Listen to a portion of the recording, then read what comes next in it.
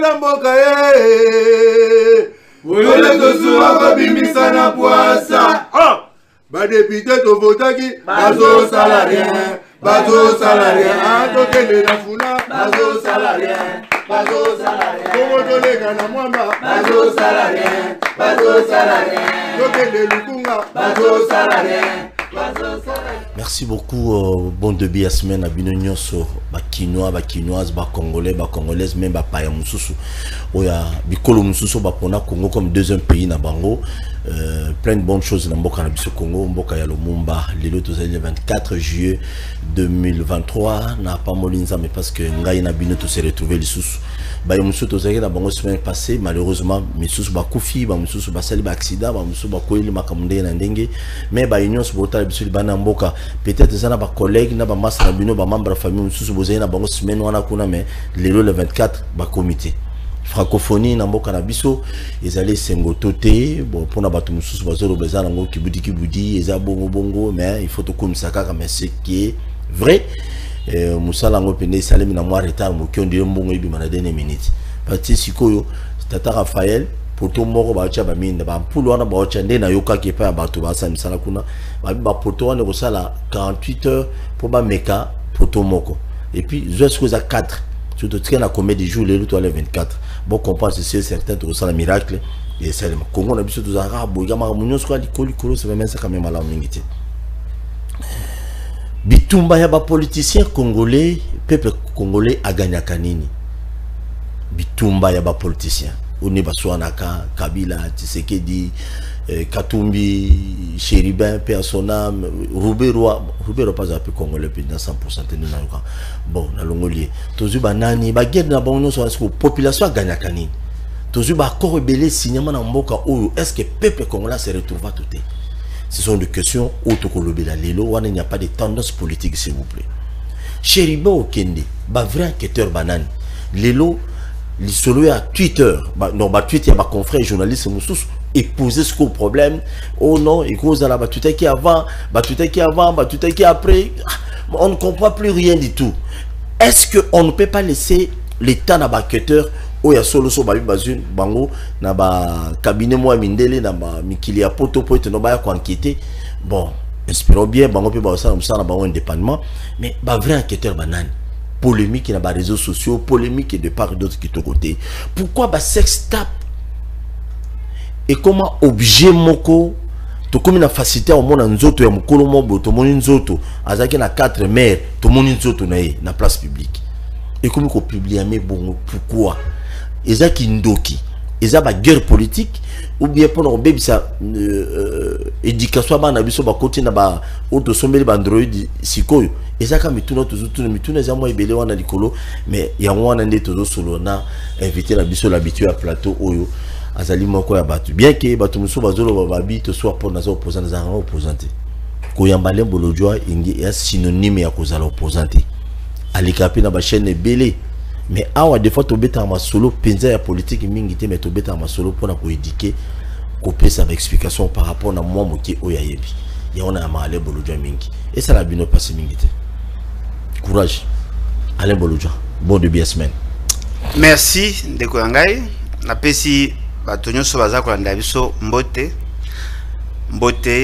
naza ko sambela c'est que semaine oyo ezala semaine ya bénédiction bien que tokomi dans la deuxième jour ezala semaine ya bénédiction bandeko nyonso o bazali na ba bosenga bazali na ba difficulté nzambe na biso nzambe alola akanisa bango pe balunga ba problème na bango voilà amen une fois depuis na banoya bolojwa lelo na senti ka sambela ah non il faut sambela au senti que na sambela pour na sali prière à bénédiction oui depuis no ebi quand même église passe na sambela hein? Oui tu ngana to ba collègue église moko siko oyebi lelo siko ke na sambela tene oye non na ebi lobby parce que j'étais na maman lobby na téléphone na église place yo sambela ba beta maswani les créateurs de l'univers la terre Yesu Christ siko ngano lobby to sambela église moko ka c'est église moko bo siko zo kamwa ndeni ke na sambela te siko ne yeba ke to sambela église moko sikoyo nalakisa video mosusu olobaki osamba église moko te nan te na lobango te bon biso nyonso batala bon ozokosa po bosane bozokosa po lingo toza biso bon frère bolojwa toza biso nyonso ba frère à la borne bien sûr mais lelo ne na yoyeba bango officiellement que osambela kuna osambela kuna merci beaucoup biso batala borne sana et le déranger à la borne pekisa mi kokosa oui mais to sambela nzambe moko ata bino bato osambela l'église na bino mususu wana bokendaka mais sauf cas que bosambela l'église basambela mutakala te wana vraiment na ko yesu azawa mais yesu ateya bato mutakala te parce qu'il y a des églises comme ça na ba délivrance à bon et puis na bino ba politicien bokenda ba boîte mitakala vous devez éviter ça n'est pas bien na yoki li solo je na film pas na yoki tout le monde va l'ongoli bilamba puis na ba parce que ba basse ba bina mais ce n'est pas bien pour na biso ba chrétien c'est pas intéressant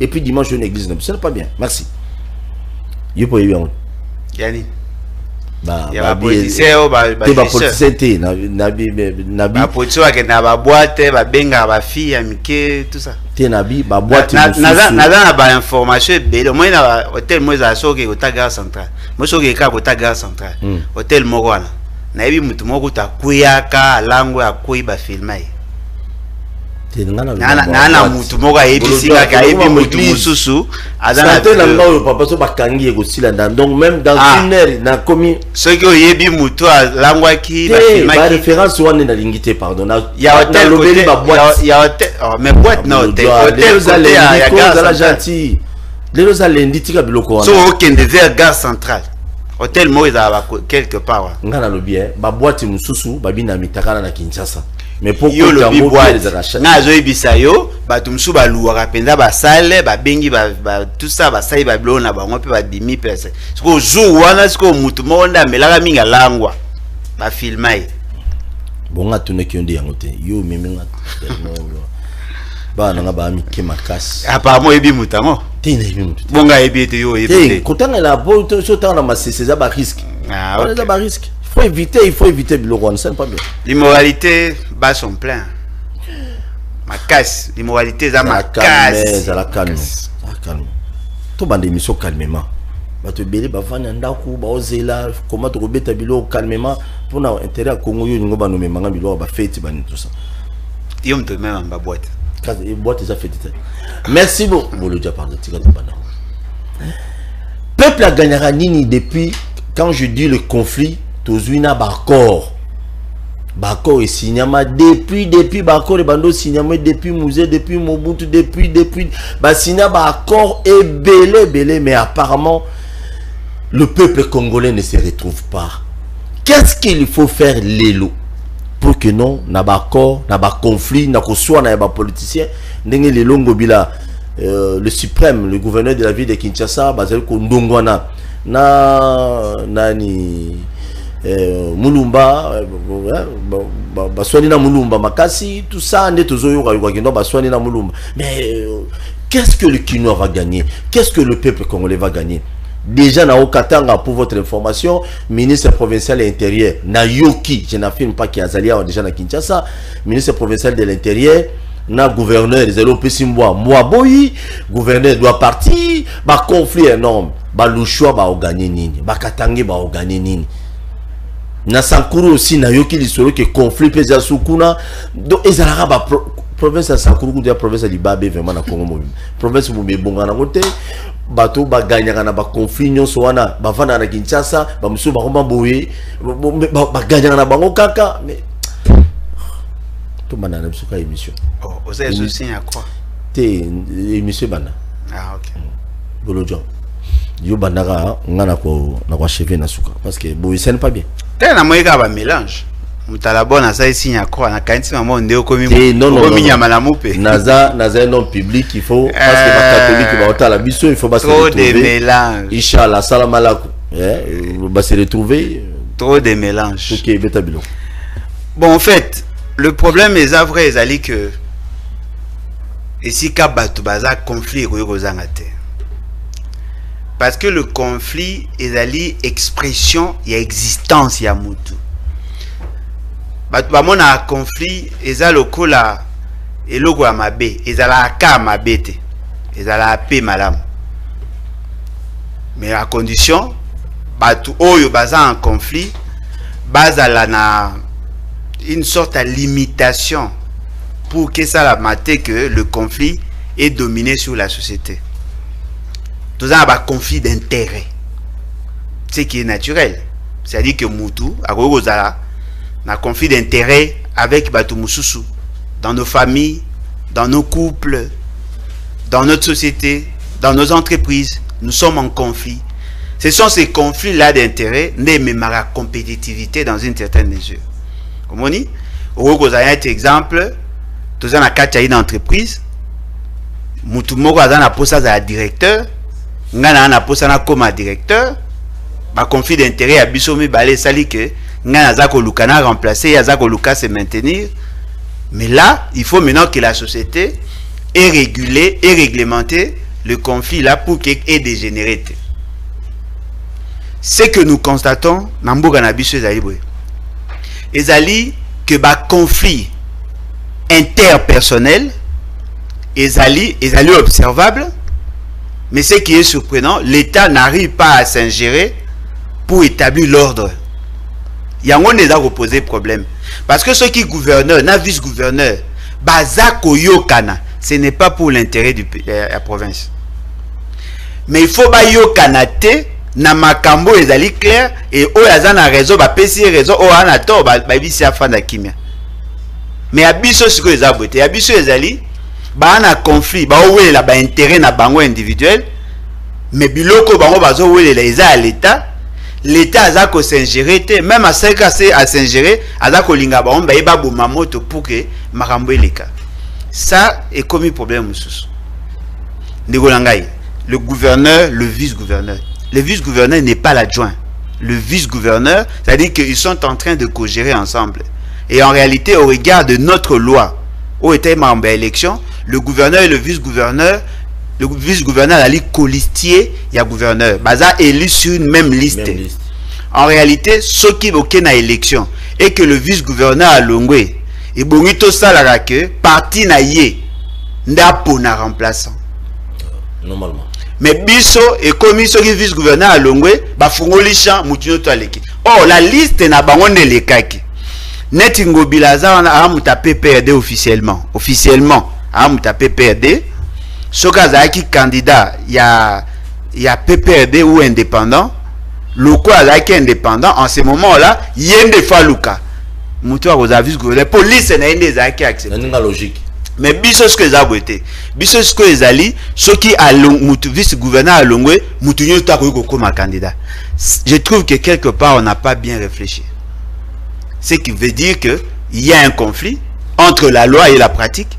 Il y a un conflit entre le gouverneur et le vice-gouverneur parce que on a une obédience morote, on a même programme de gouvernance.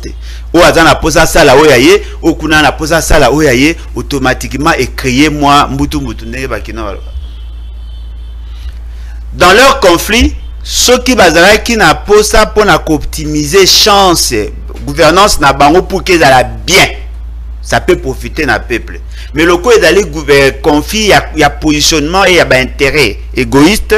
Et ça, c'est quoi qui créer dysfonctionnement. Parce que de ceux qui n'ont pas vice-gouverneur, ceux qui ne connaissent pas gouverneur a appelé à bloquer. Donc, ils sont à ça, là, ils ont un avantage. De ces monsieur d'aller gouverneur engage la décision en faveur de la population. Le vice-gouverneur a diabolisé. Donc, ils sont simbi. C'est-à-dire que le conflit a battu balé. Et ça, c'est que la province est en mola malamte. Donc, le conflit est favorable dans une faible mesure, mais très souvent, il est défavorable dans le fonctionnement, il y a une institution. Peuple congolais, azali habitué, il y a que subir un conflit. Conflit à biso à liboso. Il y a conflit d'intérêt entre la colonisation belge na biso, ba congolais. Tobundi apparemment to chaki stop na yango. Et comme est-ce qu'on confie à gouvernance entre biso peuple na ba dirigeant. Et na kati ya ba dirigeant bazaki pe na conflit na bango entre ba fédéralistes et ba unitaristes. Ils se sont quand même acceptés mutuellement pour que ba mettre en place une gouvernance, il y a large union nationale. Kasavubu qui n'avait pas la majorité au parlement mais a commis quand même président. Lumumba, qui avait la majorité au Parlement, a commis Premier ministre parce que dans Makaïsinae, c'était le Premier ministre qui allait résoudre le problème de la base. Alors que le président de la République avait un certain nombre de pouvoirs, au Bango va sous-estimer et ça la conflit. Et conflit, on a battu belé, bakoufa à cause de conflit. Il y a un moyen, le quoi, Lumumba, Bomakae, Polo Maurice, Okito, Ozui, massacré à Bakwanga, Ozui, tu nyonso, bazalaka, mamba MNC, Bouma, Bango, ebele. Et ça fait que tu as un cercle moko infernal, conflit. Dialogue, négociation. Dialogue, négociation, rencontre, concertation, consultation. C'est-à-dire que nous sommes parmi les pays où tous les concepts politiques déjà sont appliqués. Et là, si kana Congo exact. Épouser des annonces. Nyonso, dictionnaire, lexique, il y a concept politico, sociologique, tout ça, tout ça, nyonso, concertation, gouvernement de large union nationale, de très large union, de concertation, c'est-à-dire que nyonso déjà tout ça est là. Mais pas si ce qu'ils allaient dans tous ces conflits, le peuple ne se retrouve jamais. Ce qui fait que le conflit n'abisso en bon abisso, est un conflit moko pathologique. Et ça conflit moko eza koya ko bebisa bokengi kimia eza koya ko bebisa espoir ya population ya ko connaître le mieux-être. Ce qui est vrai, la classe politique est monde à conflit. Mais comment gérer nena lobaki ya on eza ko poser problème. Et c'est que la classe politique a comme en mesure ya ko transcender ba ego kuta la intérêt à peuple. Na pese qu'un exemple moko. Le vice-gouverneur, d'ailleurs, ça je le dis parce que j'ai la certitude, le vice-gouverneur de la ville de Kinshasa était choisi pour remplacer Ngobila. Ponaka est pour remplacer Ngobila. Comment ça? Le Kola Ngobila a kokaki kolongwate pour des raisons à calcul politique na bango, préféré va commissaire vice-gouverneur. Parce que monsieur Nane Jekoko, Adali Moutoyo, IDPS a récupéré la dernière minute. Azalaki d'abord na PPRD a longwe PPRD a qui na MLC a longwe a yesuko à côté de PES pendant que ça va calculer na bango à élection Jekoko n'était pas le porteur d'espoir na bango na Kinshasa pour IDPS a soutenu une candidature il y a un allié na bango et ko sala ke makambele ko beta calcul mabe Bayoko Lukasko bacha Jekoko. Pour ani bacha Jekoko parce que balingaki le quoi Jekoko azana moins ancrage. Moi ancrage na commune ya limité na Kinga une partie ya Kingabo ana moins ancrage na bon. L'ancrage peut zarapé ya libélaté azaki na moins ancrage balingaki ba utiliser pour que azala capable de défendre ba intérêt na bon. Mais tant on ba beti calcul ba biso ki gouverneur à Longwe et que vous allez pas si pour na bango, préférer comme ça vice-gouverneur. Alors qu'est-ce qui s'est passé? O azala kawana, mutu akisenso. O azala kawana, longo lié. Parmi bateau basungara ya longwa, Jekoko était là. Parmi bateau basungara ya longwa, le président de l'Assemblée provinciale était là. C'est-à-dire ça a bloqué na bango pour le faire partie parce que hier apparemment on a au salon ombrage.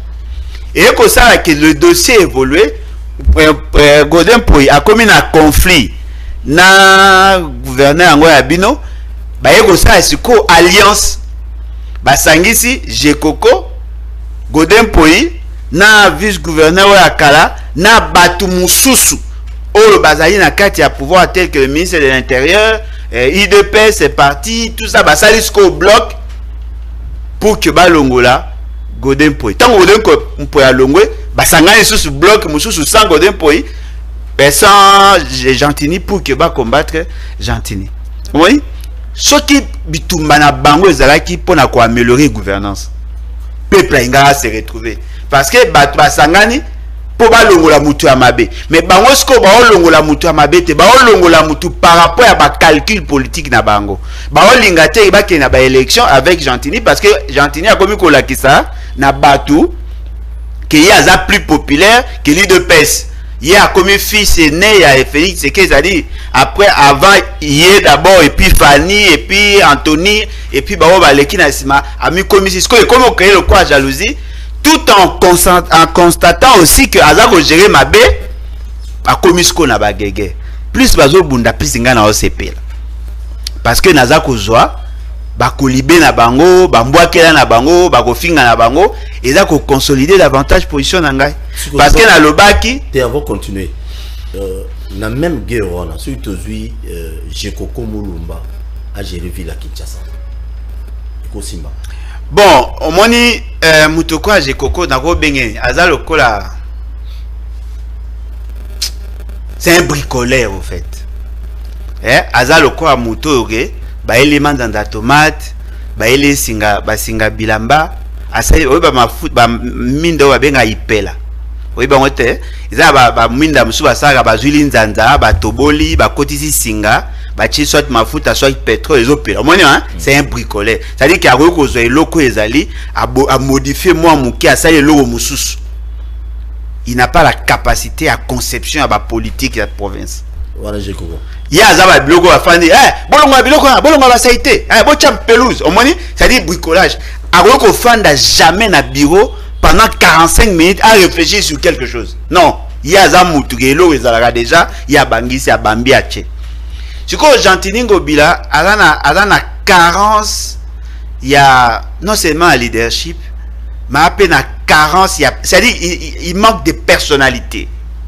Et ça, est-ce que Dieu n'a pas mis balé? Ponanga, na monango le quoi bateau baza bon pour un cirque. C'est-à-dire qu'ils sont là pour faire rire. Bateau à cirque balukaka ko sexa. Bayaka ko memelo ko asikate. Parce que en réalité, dans cette province, la province qui devait être bien gérée, c'est la province de Kinshasa. Kinshasa a batou et belé. D'abord à Amouké, population aza dynamique, ba structure de base, l'essentiel les a. Ba moyen est belé parce que Kinshasa a parmi les 3 premières provinces où Wako Tambo est belé. Ba Nambongo est belé, toutes sortes d'impôts et taxes sont applicables. Les institutions nationales et alliées. Certains projets sont financés par les bailleurs de fonds de partenaires. Comment vous avez un ville local à Kinshasa est mal géré? Bon, mais maintenant imaginez ceux qui vivent à Kinshasa où ils ont 9000 km². Bon, c'est un homme ceux qui bazui ba ngomi balé ba tché ba on ba province tel que ba province à Ituri, tel que ba province à Maindombe, moko kutakena kuna déjà échoué lamentablement, tel que ba province à Chuapa, tel que ba province de l'Équateur. Oh, ils ont un nyonso ça défi, même toilette et ça défi. Mais au moins Babylone comme sous ça, vous moni oh ba bongi ça venir elenge ça oui, elenge c'est coûter biso combien, mbongo bimaki combien. Donc, il y a une possibilité à Mbongo et Bongo et Kota na ville et ça à combien? Quelles sont les réalités à Kinshasa? Réalité à Kinshasa, il y a Babiloko, ok? L'État a dans la makam mais le privé peut pas makam na bon. Makam yanda quoi logement. À Kinshasa, ce sont les privés qui dominent. Oh, l'État, oui, comme ça, il y a un pouvoir régalien, il y a un misa bandela, kochaba mina na bala. C'est un misala à Kinshasa. Et ça mouké par rapport à misala à la province. Parce que dans la province, l'État rebanda à zéro. Na vous des exemples, les aïloko là. Moi na o abotami na benkpese na mboka nanga terrain ezate zamba ezali mainga beta bale aobanda abongisi mabele ye moko akati matiti azu akati banzete asali poto azu ndika apaloli alongole loko akati beli dame azu ngo loko a siffler ye moko azu elamba akena sur peinture akomi couleur ya numéro oya lingi ye moko a établi règle aluki ceux qui ta bon ba beta bail par rapport à moi ceux qui moi elali ba mbake awo beta bale ao banda nyonso yemoko mais moi non abotami par exemple na Brésil akuti terrain akuti bale akuti poto ba ndenge mota na kamora ndenge nini ville ya Kinshasa eko zala mal géré parce que bato amaele basé belé awa na Kinshasa okoki jamais kozanga spécialiste dans un domaine basé belé mais ba mboka muso ko la mukako na tongo tipo quoi un seul médecin. Un seul médecin. Vous a surpris. La province de l'Équateur n'a pas de médecin spécialiste. Ils n'ont que des généralistes. province de l'Équateur, plus de 200 et quelques 1000 km². Au comparant, on a Kinshasa. Mais pourquoi ils ont mal géré? Parce que justement, Bango, Balinga a géré le quoi à Bakino. C'est-à-dire qu'il y a un bon quota. Au lieu de ça, la moussa, tu vas apprécier. Bango, parce que ça, Sadaka. Qu'on peut ça, don, qu'on peut ça, concert, Moutaye, nani, qu'on peut rien, écoute, Gentini, comment bien Kayoana. Gentini, Ngobila, allez, Abouaki Bambongo, tout ça. C'est pas ça la gouvernance. Ce qui est la gouvernance potable, Moutoko à Gentini, Moutoko à Jekoko, on ne peut même pas en parler. Batoyo, Bozu Bango, Boche Bango na bilocoste, Boche Bango na fourrière politique. C'est-à-dire que Boke, Tikana Sili, ça va mon monsieur Yaokima. Par exemple, Bango Boche Bango na dépotoir, na poubelle. Il y a oubli politique. Ouais, tu le biscuit pour la Kinshasa, mais pour le Congo maintenant, pour la population, au lobby on a Équateur va se retrouver, parce qu'il y a aussi des conflits entre les leaders politiques et la province qui pénalisent aujourd'hui. Au moment où on a Sankourou, on a pris cet exemple parce que nous avons invité, moi on va parler aussi de ça. Je suis à Sankourou depuis Kabila jusqu'aujourd'hui. Au moment où on a leader politique et la province Nabino. Bon, on attend comment me tuer les lots. Oh, autant comme tu mais dans la jeune prière. Donc, les lots, ça a gêné les lots lundi, mardi, mercredi. Ayo, au génération, bah, évition. Non, pas avoir problème. Est-ce que tu as un problème, il faut gêner. Nous avons nous papa à Bolodja. Au côté, on va gêner prière. Ah, maman, mon lit, monsieur, au côté, on dit. Tu sais qu'on a spiritualité là. Au côté, la TV. Mais yo, quand on a yo n'attend comment tu n'étais pas sur mon côté. Maintenant, la plupart des leaders politiques, même dans le moment de Kabila, on a vu, au province, espace quoi, le rôle espace Grabandouno par exemple, ils sont parmi les provinces, ils sont enclavés dans Moroyo, ils sont abandonnés. Mais, dans la plupart d'entre eux, ils ont un poste mineur qui pouvait bien influencer la banque, celle qui est province est bon. Mais, ça l'est la montée. Aujourd'hui, au monde, on a toujours intérêt à un poste. Est-ce que le peuple peut faire maintenant, dans le sens qu'il se retrouve quand même la chose publique aujourd'hui, par exemple? Au Moni, aux unités exemple à Sankourou. Sankourou est le cœur du Congo. Ouais, le centre du Congo. En tout cas, le cœur. Et si Penza Makamunyo se les cas. Peut-être même la dimension mystique, Sankourou est en avance par rapport à la province Ebele. Mystique, né? Sur le plan mystique, sur le plan métaphysique. Et Kindoki. Sur le plan métaphysique, non, mais non, pour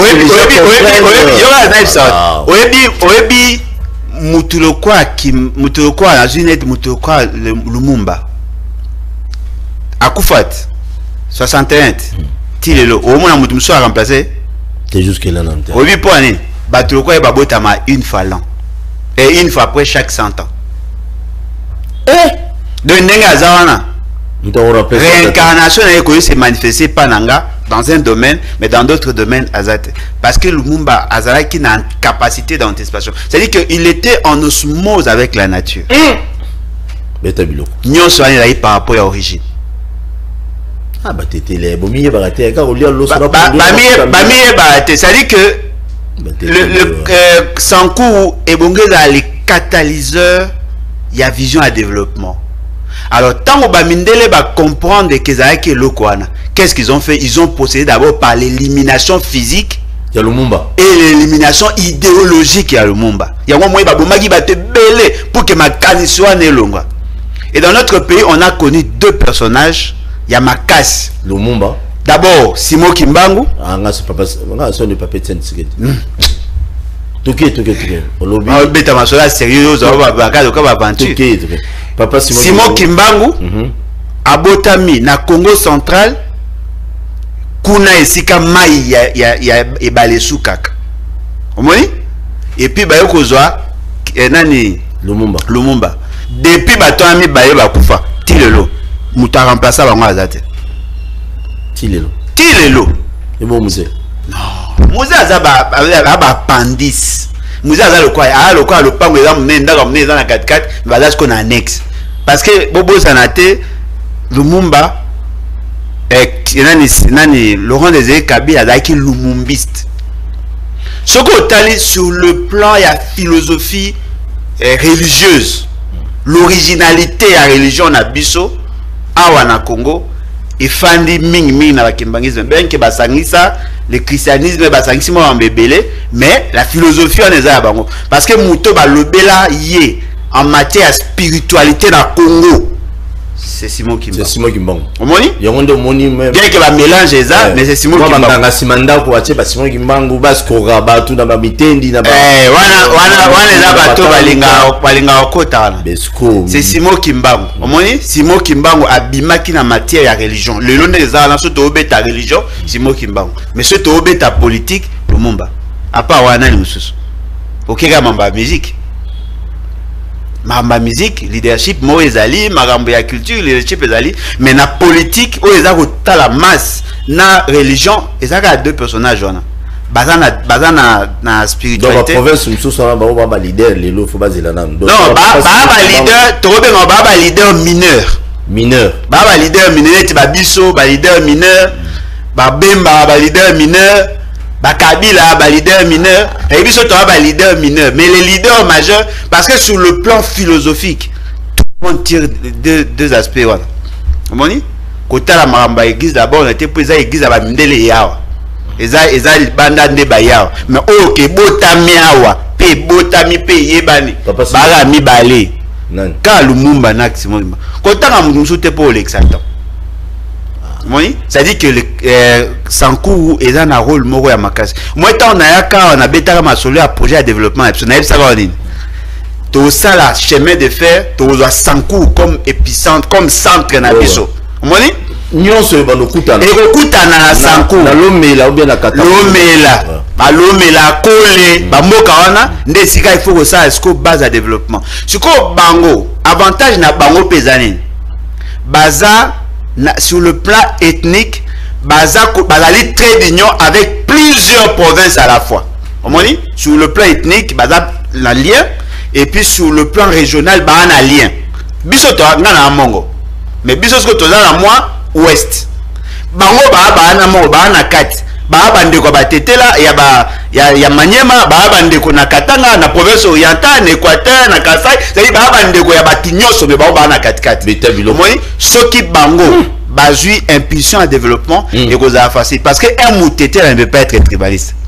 Soka inga sa likambo aebike province nani orientale noko nae aebike Maniema noko nae aebina Katanga noko nae na Kasai ya baluba no c'est ana bande ko epele ana katikati seul tribu ezana ya bande ko partout ezana kati ande kwa muluba ana ande kwa mongo ana ande kwa lokele ana noka la province est enclavée. Non mais ça enclavé parce que sur le plan psychique et sur le plan mental ça enclavé. Il faut ce qu'on baille ba rôle na bango pour que baille ba ko se ressaisir. Ba ko yi ba ondeni. Kané to sala boite.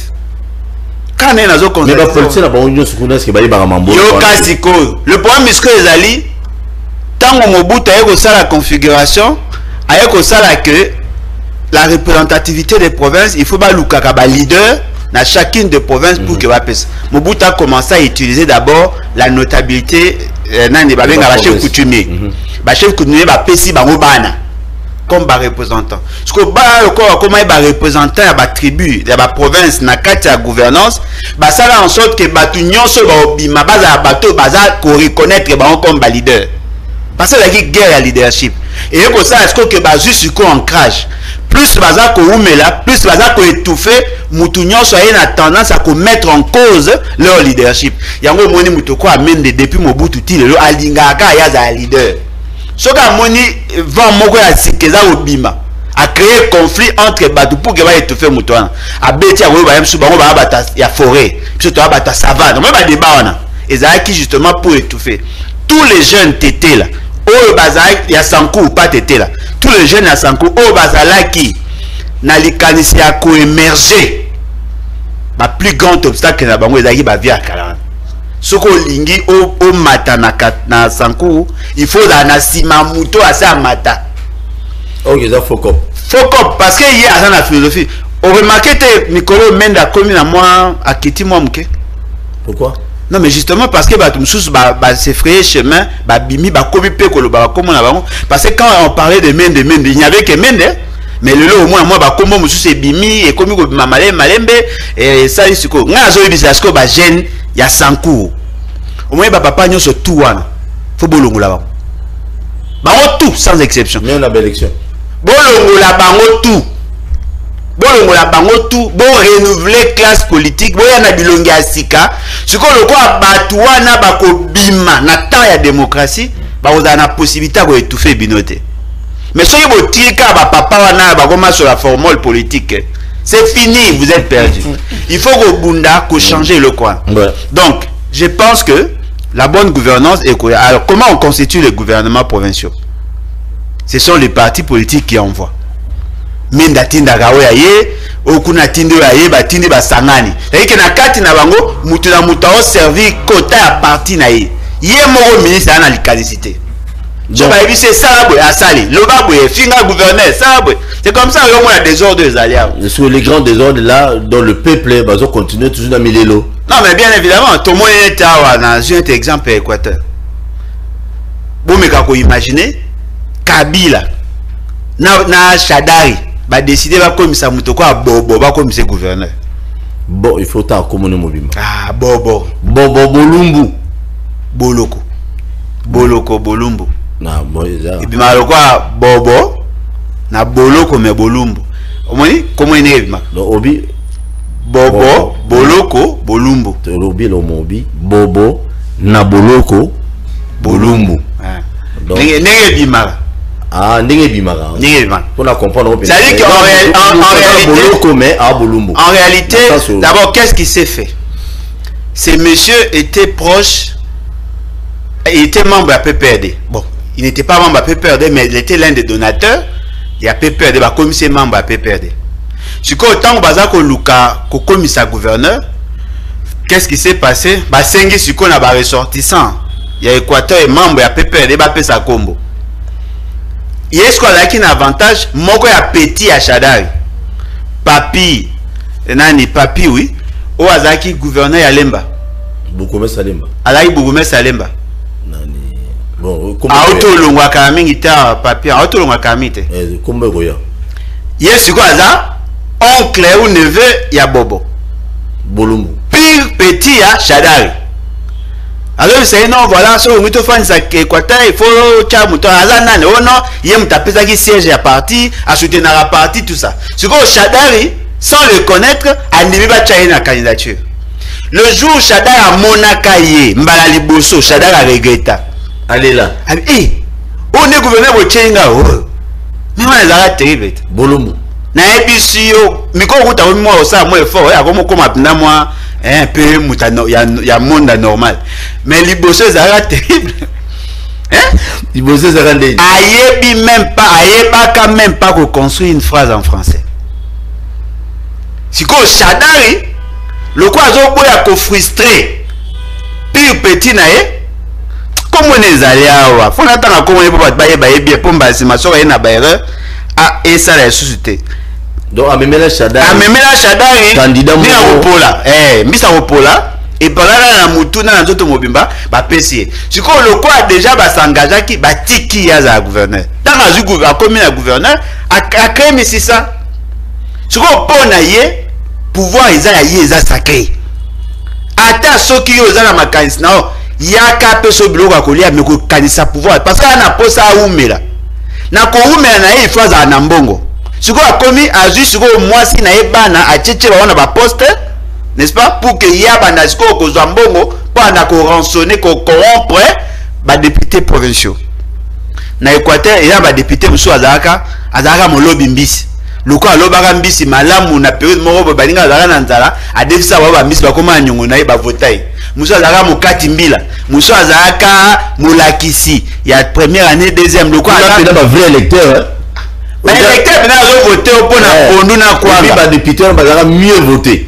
na ndenga normal que population de voter ba non ba voter ye na ndenga kwanga na pondu nga mona na mutake na province kwa fandi devant bureau ya vote ba tshenzungu ma famille ya pondu na bingwele oye achelo na makasa après so kwanga au lieu posa na quoi la voter bato be bazwa ba voter marqueur omoni ça dit que ba voter ki ba on a donc on a pena vote pena salima et ko ça y a za ndengona ba député ce que ba pire que atikali a commis en crash ayeko baksa sko mbongo ba commence ko côté ka ba ki moro na dit sous ya solo ba beta ki zokoyi bo na mutu député provincial ngape ya moyo mutu mo ba beta ki bo eza penza malamu mingi te mais eza penza malamu mingi te ni malamu mingi te ni les avalo mingi pour ba yusa na batuke bo sa ki mabe boya te eza penza malamu mingi te lo bo sali et a penza ni ba beta député on a comprenez mon émotion j'espère vous comprendre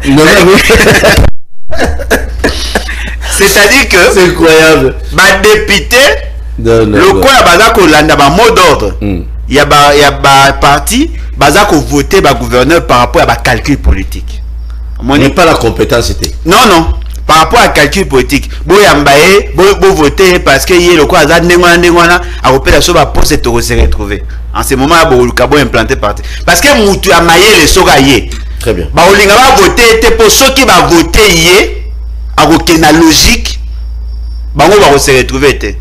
Ce qui veut dire que le pays Lelo est allé pris en otage par un groupe de badauds, un groupe de bandits. Au Bazubo Kondi, il y a l'État, ma famille ici sur des bases tribales et ma commission orientée par action politique en leur faveur. Il y a un moment même Congo et Zozonga. Ce sont le même nom. Aucun à Kassai, le même nom. Aucun à Équateur, le même nom. C'est-à-dire que et comment le coin est lourd, Bissonnion, c'est comment le coin va locataire. En ce moment-là, Bangonde ko ça dictat. Très bien. Et cette réalité est allée à pour ce que Tali André Kimbuta, Alekaka, Caucus, il y a ba notable, il y a Kwangu, Maïndombe, na Kwilu, ne ba soutenir la candidature na. Ba obi ke bango il faut ba la ka ba gouverneur parce que Kinshasa c'est à bango. Moni, ba yo ko soutenir yé avec tout ce qu'il y a eu en 1900 en 2007, 2006, 2007, 2007, oui. Et il y a que il pouvoir. Tant que Père Ingalongwa a préparé l'Argentine au Mona. Il était préparé par Lumanu, il était préparé par Obem Minaku, il était préparé par André Kimbuta. C'est-à-dire que Zaki clique wana abandonne plus Lumanu qui était aussi à une certaine époque ministre de l'Intérieur de Bassa qui va makampo baya. Question maintenant, comment Moutaouti na Maïndombi il a échoué? Merci beaucoup. Merci Nabalino Sobozo Tarabiso. La question que je me pose chaque fois Mikolo na la tebo moni Suzaru je ne dors plus. Na okanisa na binza menanga to okindi wapi. Parce que quand je vois la souffrance du peuple congolais, ozoka ba confrère journaliste musu boko sur na bango abengi na province Kingani wa bengi bo koto passe. Mais les gens qui se tapent la poitrine, qui se disent Ngasu na komina osala bien, Ngasu na komina osala bien, Ngasu na komina osala bien. Est-ce que nous sommes obligés toujours ya rozwara mbongo ba 2000 3000 francs ou ba kabila rabiso pour ba to bazala bien. Et ça comme tuna na tuni. Sur otali na province na, otali na quartier na, otali na commune na yo. Au moins la politicien soka yi akoyana 10 000 20 000 $ abano kabila bino abano kabila kabila ne bino mais oui o kabila biso mais ba conflit na bino biso pepe to gagner on ne se retrouve pas on doit être sérieux honnête vraiment ba conflit politique est belé ba dialogue est seulement na mboko yo nyonso e salema biso peuple tout tikala jamais qu'on se retrouver au moment là bangon ba rozo train de vie na bango changer mais biso mabulu ba passe ezakak pardon bo revoir na eloko wana bien bakonzi pardon mbalo so boke na dialogue toujours yoka ça reste à vérifier si réellement c'est qu'ils allaient vrai glissement il y a 2 ans bon, vous allez glisser pour l'intérêt na bino ou bien vous allez glisser pour l'intérêt du peuple congolais pas le peuple Kozalawapi bon glisser plusieurs fois Bokambola plus 4 seulement. Peuple va se retrouver à été. Nous, le peuple, on va se retrouver quand nous tournons la tournée. Ça dérange. Quand je parle du Congo, ça l'a passé errement quand même. Tout le monde a dit ma politique est moins compliquée. Tout le monde on ne sait jamais. Chéribert Okende, qui est vrai enquêteur dans le dossier Oyo? Je cite bien les noms.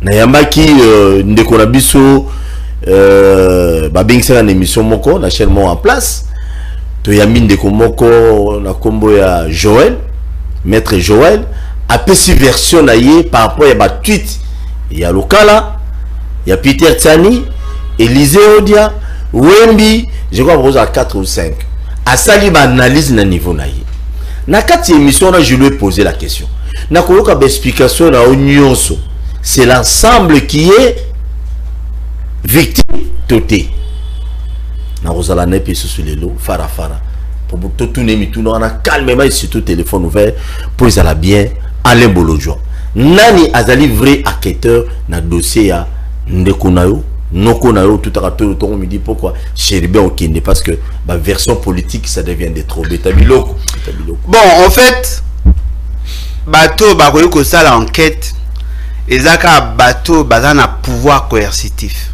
bateau ba ko sanctionner c'est la justice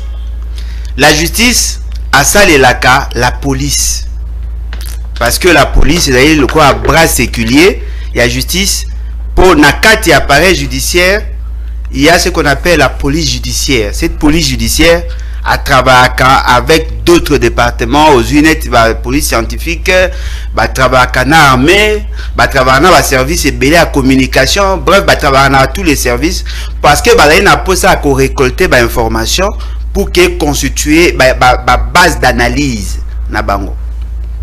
Ce qui veut dire que Mouto a d'autres l'enquête, c'est la justice. Et dans le cas précis, c'est le parquet. Le parquet n'a pas l'enquête, mais a recourir à un service BD. Tout ce que nous faisons en dehors de ces cadres est d'aller à l'analyse. Mais fort malheureusement, le lot d'analyse est que Salema et pas Moutou sans avoir les méthodes d'analyse adaptées. Yango moni na reta ko pesa conseil na ba na biso soko aussi aux examens d'état aucune université ko kanisate que science et sili continuer kota ba formation. Ça c'est un conseil que je vous nada ko prodiguer bino. Moi quand j'étais étudiant, je faisais des formations, j'ai obtenu beaucoup de brevets dans plusieurs domaines parce que na lingara osa les fois na réduit les champs d'ignorance. J'ai fait la criminologie par exemple. J'ai fait la criminologie. En Afrique. Aux Afrique. Si. Officiellement. De formation. Ah, bon, comprend une position à Bolodjoa. En Afrique, de formation. Dis-moi, Afrique. Mais au Canada, l'été a fonctionné. On a eu limite dans la soukara. J'ai été formé comme criminologue. Au moins, et je continue à l'être parce que dans la posa na yeba comment marama et ça. C'est-à-dire que quand je suis en face d'un fait, je cherche d'abord à adapter modèle d'analyse ou méthode d'analyse. Et lorsque ça la mabe ezani ezali bande konabiso mingi bazo zwa ba information na ba débat. Omoni alandi débat o mutalobi azui yango akomisi yango loko la base d'analyse na ye akomi koloba yango loko a perroquet. Nga so ndeko la perroquet wana. Te loko a perroquet. Ozui neti ndeko tangi ya Joël comment ya mboka bungi et kiminga benda maître Joël kitenge le quoi ndeko Joël était là na ebi ga mtete et moi ba ga mtete te parce que on a kitenge au interpréter tiens nga na calcula comment par rapport à moi nanga za ntumba mazam lubata te amuluba 50%. Te le bas 25. Non 50%. 25. C'est-à-dire que ndenge zali wana ndeko na biso azali ko souffrir na ba bengaka illusion logique. C'est-à-dire que Moutouma va développer une pensée sur base de faux et il pense que sa conclusion est correcte. Voilà maître Joël Kiteng. Yono benye maître nga binde ko na biso Joël Kiteng. Azo kalisa kaza ko raisonner malamu alors que démarche n'est allée biaisée par faute à méthode. Parce que lorsque vous êtes en face d'un fait social, il faut d'abord identifier le problème, quelle est la meilleure des méthodes pour tirer une bonne conclusion.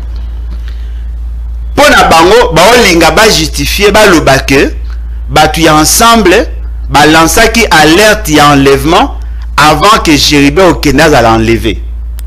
Oui, démarche na bango yangwana. Alors quel est l'instrument, quelle est la base de raisonnement? Bah il faut baser sur Twitter. Au lieu que bakota na tweet au bango baza ko fonder analyse, bazo kota ce qu'on a ba capture d'écran au salami. C'est-à-dire que mutazui capture d'écran ya tweet, il y a Azuango le quoi base d'analyse. Et là déjà démarche là déjà biaisé. Parce que le mot est vrai. C'est un fait social. Et dans un fait social, il y a plusieurs normes, il y a plusieurs techniques à utiliser. On appelle cet exemple. Ce que au moins nous t'a tweeté.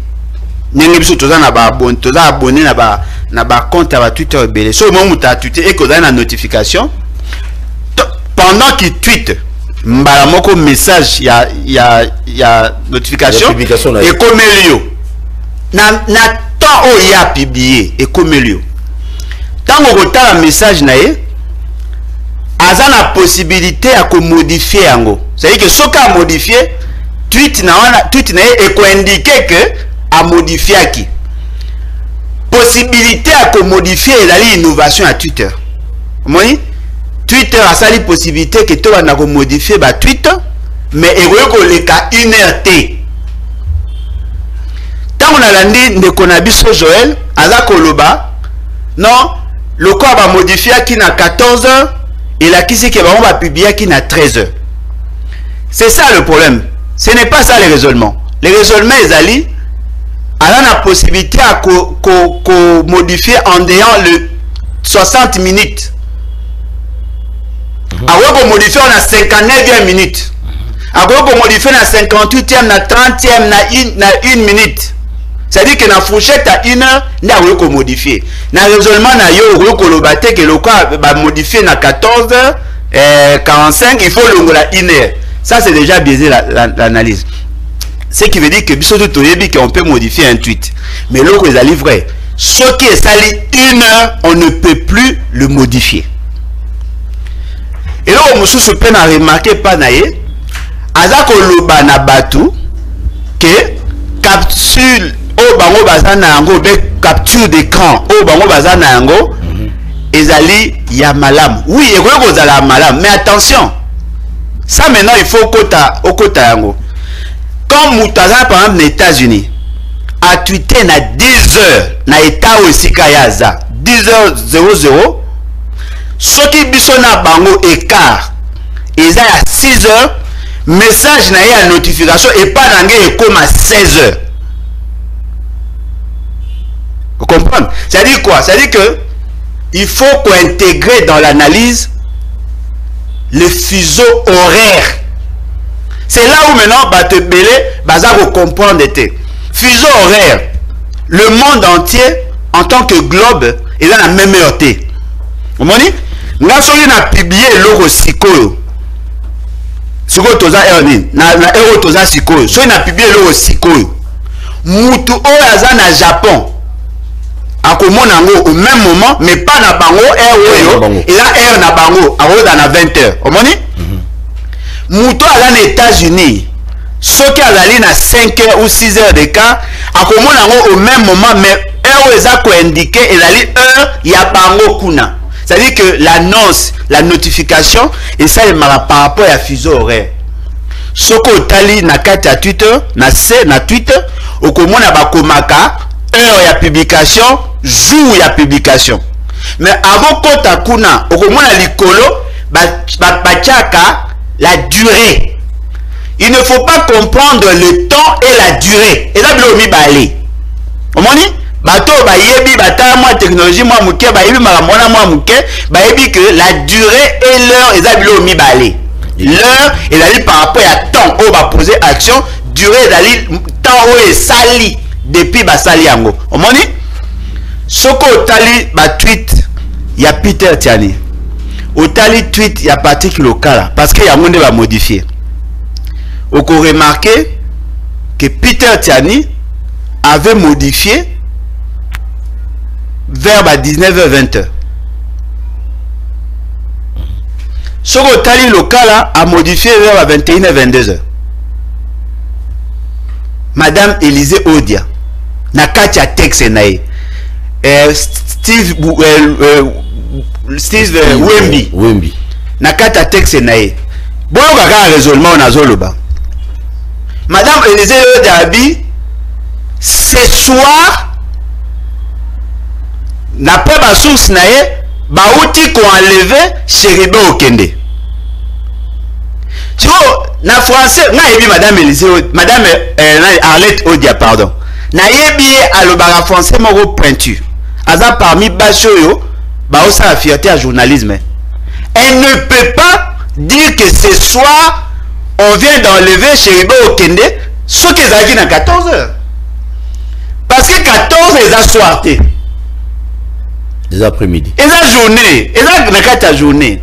Le soir commence à partir de 18 heures. On ne peut pas publier à 14 heures pour dire ce soir. Et puis sur le tali, information n'a pas fait au Corémaï que fait qui bien avant et puis à jour on a la source. Mais là on a dit Sabino oh il faut boyer bezali que l'heure Mouto a publié na 21h ou bien à 19h ce qui Mouto a sali capture d'écran à partir à Canada, à partir des États-Unis, c'est l'heure il y a pays naé fuseau horaire na bango ndeko s'afficher nesikawa. Ce qu'on passe in angezani, c'est-à-dire que ils ont construit un mensonge sans réfléchir et bah comme ils disent qu'on bah mingi bah pas qu'on kanisa que bah raisonner bien. Ils ont délire ndebonanga. Ils ont délire parce que nous sommes les années. Bazali na balakisa na batu ke batu ensemble ba yebaki ke Chéribe Okende n'était plus. Yogana Sabino, je le dis ici en tant que flic. Il y a deux possibilités, deux hypothèses plausibles. Soit le garde du corps avait enlevé M. Chéribe Okende avant, à Bombier quelque part, il se présente dans la cour constitutionnelle. Après Kobomaï vers 5 heures. Soit aïe dans la cour constitutionnelle, tant la zongi n'a enlevé Chéribe Okende après Kobomaï dans 5 heures. Parce que sans enlèvement, il est difficile à prouver que c'est le garde du corps qui l'aurait tué. Quand le garde du corps a été dans la cour constitutionnelle, la cour constitutionnelle a confirmé que le garde du corps était là. Na 16h, 2 minutes à Erotika Mukanda. N'est-ce pas? Mais garde du corps, wana lobby, qui a yaki na mokozina ya zaki na se. Si la cour constitutionnelle, les magistrats vont défendre des thèses na bango, vont se défendre, ils vont sabino que Chéribe Okende a yakité. Oui, ata soka a yakité, a koufa ki pété na R1. Alors, question, s'il n'était pas là à la cour constitutionnelle et que le chauffeur avait menti, le garde du corps avait menti, il était où? Parce que si vous avez tant babimaki nandako, tant babengaki procureur, magistrat pour na koyebisa ye kazo tinda moto, tant babimaki nandako, na tant ba alobi ki akoma na cour constitutionnelle, dans ces temps-là, il n'y avait pas de problème d'enlèvement. Batu bakomi ko kalisa enlèvement, tant ba yoki garde du corps a lancé alerte. Or, garde du corps en tant qu'humain est limité par le temps et par l'espace. C'est-à-dire qu'il ne pouvait pas se retrouver en même temps avec Okende, en même temps dans la cour constitutionnelle. Or, la cour constitutionnelle, c'est certifié qu'il était là. Mais pendant que lui, il était dans la cour constitutionnelle, la question que le magistrat doit se poser, Chéribe Okende était où? Et là, comme Moussou Cezalini, alobi nabino, tango akendaki akomaki na cour constitutionnelle, atikaki munduki na ye na voiture. A policier. Atambo ana munduki. Na kati ya bâtiment ya cour constitutionnelle, munduki étranger kota ate. Boyebi ka policier. Est-ce que na guérite ya cour constitutionnelle, ba enregistré ki akoti na munduki? Akoti na munduki te. Munduki wana o yaza kanango. Alobi ka cheka na sa mutuka. Procureur alobi bakuti mutuka munduki na sa mutuka na kiti na ye. Ce qui veut dire que Makambo garde du corps à l'obaki par rapport à Munduki, c'est vrai. Munduki est effectivement la carte à voiture beaucoup de temps pekuna. Mais le problème au bango ba osala effort il y a entre 16h et 5h du matin, Chéribe Okende était où? Pendant Batumso Alobi, Chéribe Okende était enlevé par les services. bino batu bo le baki azaki enlevé il faut bon démontrer biso entre 16h et 15h azalaki wapi. Mais loko les appels sûr, il n'était pas avec les gardes du corps. Parce que les gardes du corps tant à longwe na 16h a bengaki batu ya parti ya ensemble a ebisi ba onkazo luka mokonzi na ye d'après le procureur ayaki sous na 20h. Pendant qu'il était là, il n'était pas avec Chéribé Okende. Procureur a l'autre en marche. Et puis d'après Bango, peut-être qu'à ça l'autopsie, tu as quand même ma conclusion. D'après Bango, on dit à Koufaki, na moi ba tongwa bibandeli. Alors, en quoi vous voulez charger garde du corps?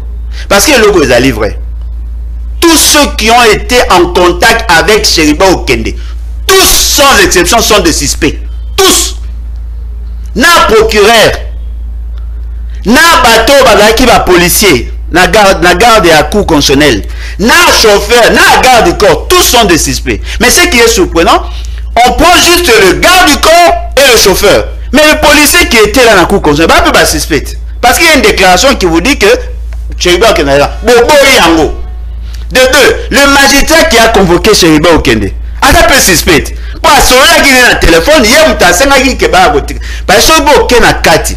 Et là, on dit que Chéribé Okende comme un cour constitutionnel. Ou à déposer un dossier, il manquait des éléments. Et pour ça, on doit convoquer quelqu'un pour la séance de travail. Donc, tous ces éléments-là, m'a très bien été. Tous ces éléments-là, ils ont biso que, au lieu que Luka, que ça l'enquête, pour établir responsabilité, apparemment les services sont au service de ceux qui sont au pouvoir pour démontrer qu'eux ne sont pas coupables. Non. Menez l'enquête pour établir les responsabilités. Ne menez pas l'enquête, ne menez pas des actions pour étouffer la vérité. Parce qu'apparemment, comme il a posé ça pour étouffer la vérité, pour que Batou, voilà, enquête et Saramaki, condamner garde du corps, condamner chauffeur, en prison, mais le coupable n'est pas arrêté. Parce que les gardes du corps, comme je l'ai dit, ne pouvaient pas se retrouver et dans la cour constitutionnelle et en même temps Chéribé Okende Zaki. À Lukaki Chéribé Okende, oui. Est-ce qu'à Monaki, non? Kobanda 16h, ti Kobanda 15h, ti 5h, il y a l'Odo et l'Andaki. Chéribé Okende Zaki. Azaki quelque part, mais ce qui est certain, il n'était pas avec les gardes du corps, parce que les gardes du corps, Azaki n'a pas tout moussous, au Baneko Monaï. Donc vous êtes d'accord, maître Joël Kitengete? Non, Joël Kitengete, ça va bien avoir une aventure, avoir un IDPS. Très bien. Base à raisonnement est illogique. Pourquoi? Parce que Azako s'est basé pas na Twitter, mais Azako s'est basé na capture ou na capture d'écran. Ce qui a raisonné bien, a kené na tweet, pour ba tweet en mode tisiko eza. Omoni? Ba supprimer en mode ezali. Ce ko koti na ba tweet na bango ba opesa heure ya modification. Ce ko yebi heure ya modification, on a une idée sur heure ya publication. Et d'ailleurs, na katia ba option à tweet, moyen à koye ba première publication ça maki à quelle heure? Pourquoi bino bo au lieu que bo kené na katia tweet la ceux qui va publier qui heure ni personne qui va modifier heure ni bino bo ça bo tenir compte na capture d'écran.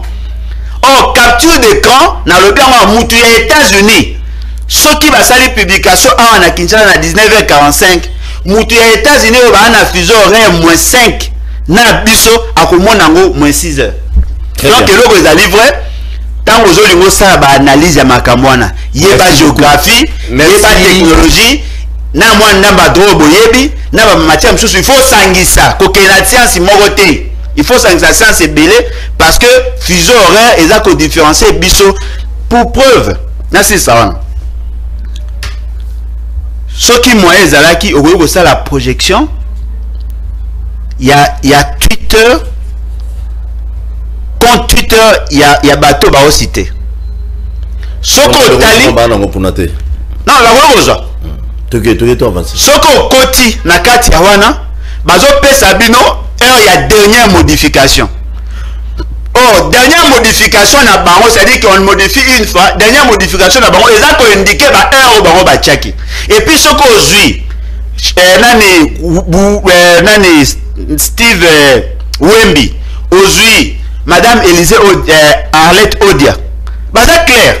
Babi, nous apprenons que Chéribé Okenda a été enlevé ce soir. Et c'est 14 heures. Et là, ce soir.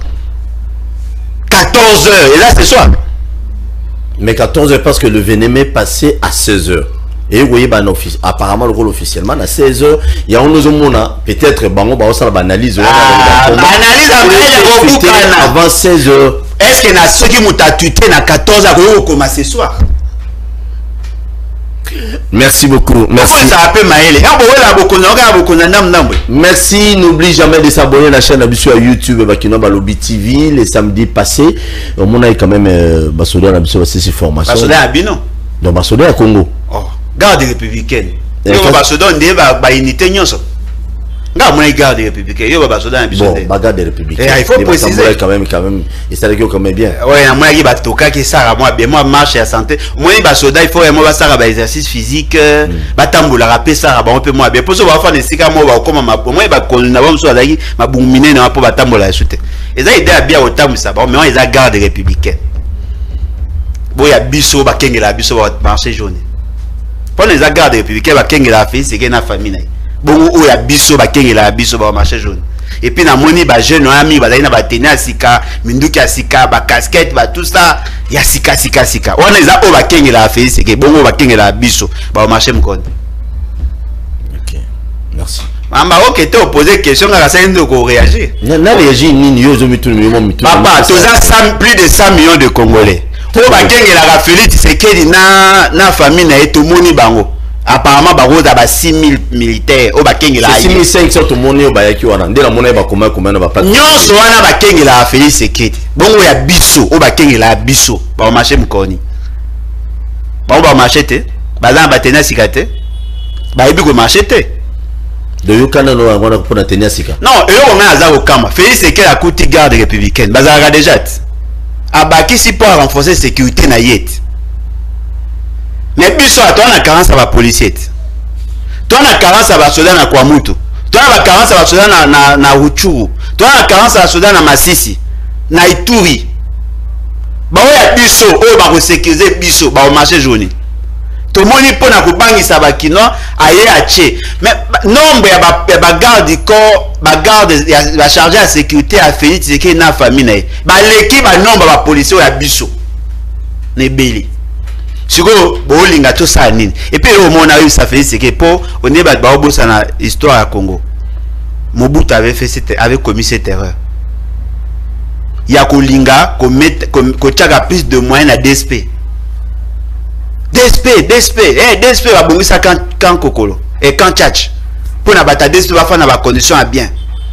C'est là où on donnait plus à manger, c'est là où on donnait plus de tenues, c'est ba on est bazaki na ba prime bato aseta baolela bato akankokolo baolela mais jour et comment que bitumbeye le quoi bango bazaki ba antite o maramba guerre ba yebaki bien te DSP akimaki c'est ande abundaki so eloko bo luka wana ko memaka discrimination armée est-ce que vous aurez temps merci non maman merci te ne botika na zolo ba moi neza je ne suis pas prophète je vous dis boyo kanga bien so na oloba ndenge toza le loboye tous les autres soldats, les soldats nyonso to batikali.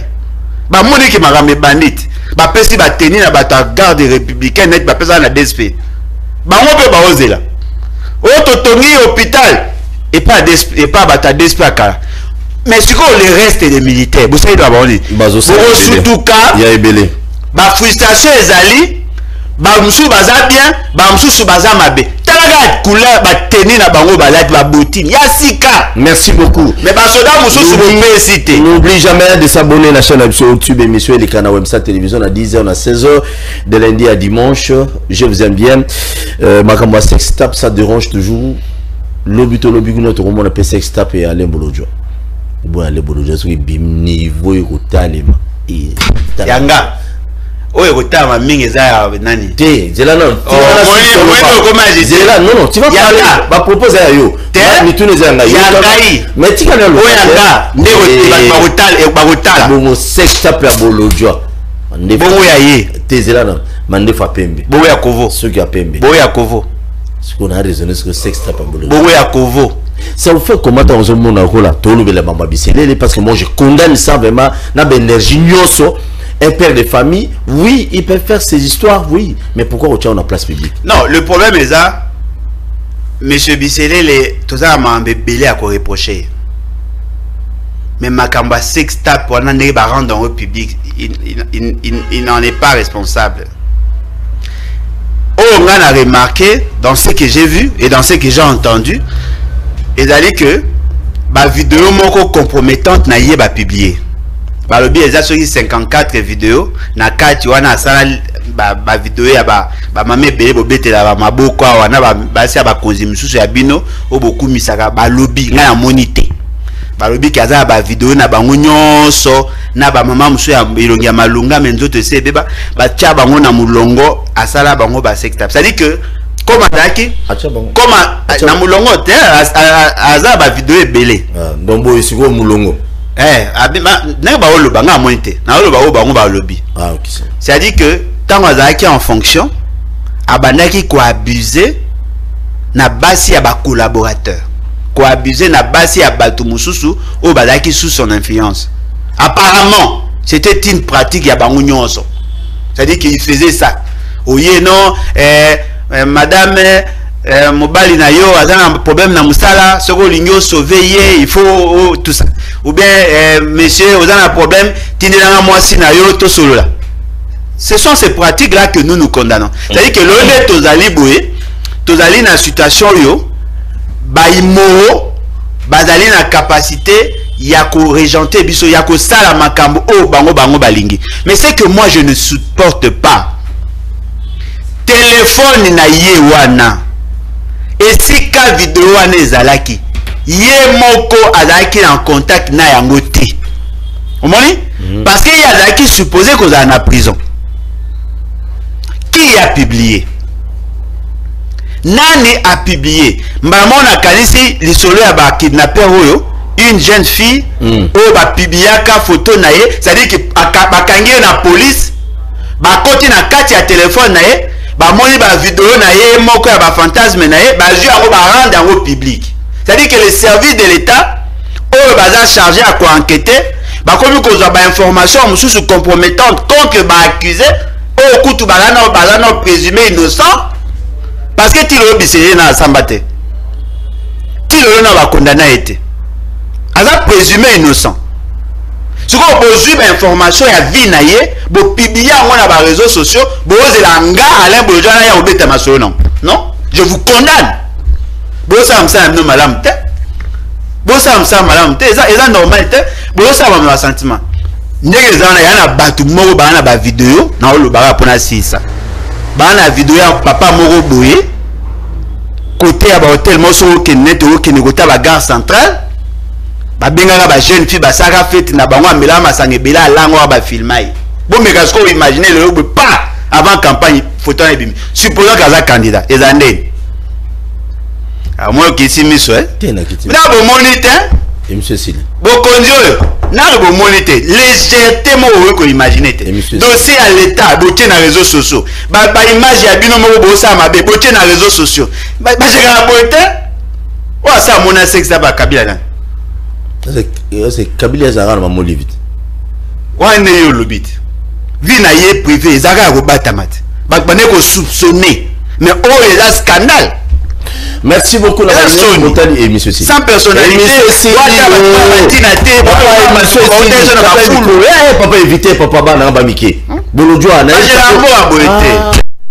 bana nonga ba mike tika biloko wana et monsieur Sili bakangi muto a publié po ya possibilité ukanga bakangi a publié ba photo bakangi ba image bakangi oyo ya bisele na bango bakangi et monsieur Sili je dis un grand merci na ba union so botali biso pas photo maman mo be bimi na kati e pas de kai na abattoir quel risque pour publier ara mi tai bino bolapa et monsieur Sili te bolujo ya soni na ba ye bino na niveau mo ko imaginer et monsieur Sili te bolujo oh et monsieur Sili va continuer après ça na nausée de ekoki wana na peso mabele na suka. Merci beaucoup te kudani prochainement n'oublie jamais de s'abonner. Merci l'équipe technique basala ki musala lelo pour tenir ba image on a bossé pilanango. Merci beaucoup. J'ai dit aussi un grand merci Congo Nangaï, Congo ya Lumumba, Congo na biso. Tu as besoin peuple à se retrouver. Pardon. Boka ngate pour le peuple à se retrouver. Peuple à se retrouver kaka. Tout se retrouver pe. Tous à peine ma bis et belé, biso moko, tous en a ba vieux et belé, ba trésonga, tous en a ba bateau, tous en a ba hors-bord, ba bien on y. Bateau ba no sala misala na ba province na banzela na manuellement na ba pa on a ba beche boso ba botinde la bangongo ndeko na ngai à quoi sœur ko soma banda ko ebele à quoi sœur ko soma banda ko ebele ya ya mukolo ba kunda ta na ndako moko te ata na lopango moko te ndeko ba peso moko à l'état sala musala sala na musala peuple se retrouver DG entreprise ngolo pakala ozo gérer entreprise à tata na hôtel ozo gérer entreprise à bana mboka bosala musala pour l'intérêt na biso nyonso. Les peuples pleurent to aucune élection moko atombola sa bino confiance puis bino ba poste belé mais na dernière minute t'appelles à confiance na dernière minute bon décevoir yé musala ngozo mona est-ce que moko atombolo c'est pas la bino na deuxième année moko atombolo est-ce que ce commun est comme on a na liste est-ce que va valider ce comme ministre d'ailleurs c'est gars à président tout l'année prochaine moi je vous aime beaucoup le peuple congolais tout ça là toujours serein avec Félix Tshisekedi Mamobele au change sans effet sans effet